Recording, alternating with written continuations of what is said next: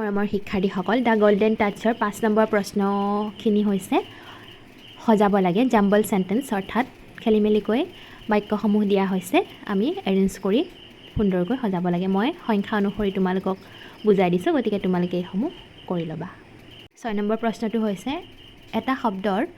বিভিন্ন ধৰণৰ উচ্চাৰণ হ'ব পাৰে এটাতকৈ অধিক উচ্চাৰণ হ'ব পাৰে তেনেকৈ নেম মিডাছ ৱান্ট হ্যাপি গ্ৰান্ট চ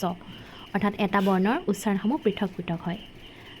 আমাক ইয়াতে কৰিব দিছে the sound of E in get different from the sound of in চি the sound of king different from the sound I in time তেনেকৈ অ' গল্ড এফালে লষ্ট টাৰ্ণ ইউ উচ্চাৰণটো ইয়াত পুল অ' নিচিনা উচ্চাৰণ হৈছে গতিকে প্ৰতিটো বৰ্ণৰ উচ্চাৰণ বাক্য অনুসৰি বিভিন্নতা যে আছে তাকে আমাক কৰি চাবলৈ দিছে 7 নম্বৰ প্ৰশ্নটো ব্যাকৰণ অৰ্থাৎ গ্ৰামাৰ টেন্সৰ ধাৰণা চমুকৈ ইয়াত বৰ্ণনা কৰিছে আমি সকলোৱে জানো টেন্স তিনি প্ৰকাৰৰ পাষ্ট টেন্স প্ৰেজেণ্ট টেন্স আৰু ফিউচাৰ টেন্স ইয়াতে পাষ্ট টেন্সৰ বিষয়ে বৰ্ণনা কৰিছে টেন্স অনুযায়ী ভাৰ্বৰ ফৰ্মবোৰ সলনি হয় ফাৰ্ষ্ট ফৰ্ম থাকে ছেকেণ্ড ফৰ্ম থাকে আৰু থাৰ্ড ফৰ্ম থাকে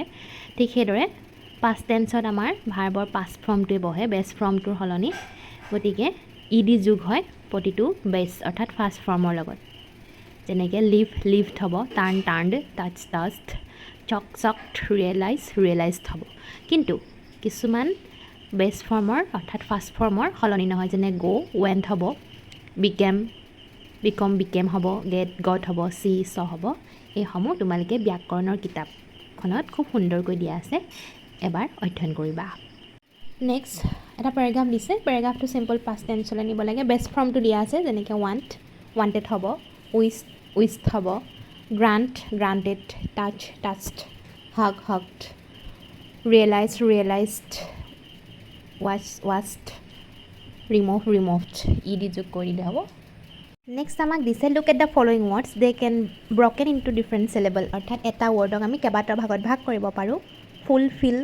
মেজিকেল চেলিব্ৰেশ্যন কনষ্টেণ্টলি তেনেকুৱাকৈ কমিউনিকেশ্যনটো আমি কমিউনিকেশ্যন বিউটিফুলটো বিউটিফুল ৰিলেশ্যনশ্বিপ আমি কেইটা ভাগত ভাগ কৰি শব্দটো সৃষ্টি কৰিব পাৰোঁ সেই কথাখিনি ইয়াতে বৰ্ণনা দিছে নেক্সট কেইটামান প্ৰশ্ন দিছে প্ৰশ্নসমূহৰ উত্তৰ আমাক এটা ষ্টৰি দিছে দ্য টেল অফ দ্য টকিং কেভ তাৰ পৰা আমি কৰিব লাগিব মই উত্তৰসমূহ কৰি দিছোঁ তোমালোকে চাই ল'বা হওক নেক্সট এখন পোষ্টাৰ দিছে পোষ্টাৰৰ পৰা খালী ঠাইখিনি সম্পূৰ্ণ কৰিব দিছে the organise of the magic show' অৰ্থাৎ এখন যাদুৰ খেল হৈছিলে যাদুৰ খেলখন ক'ত হৈছিলে কোনে পাতিছিলে কেতিয়াৰ পৰা হৈছিলে কোন আহিছিলে যাদুকৰ কেই বজাৰ পৰা হৈছিলে এই যাদুৰ খেলখনৰ টিকেট বুকিঙৰ কাৰণে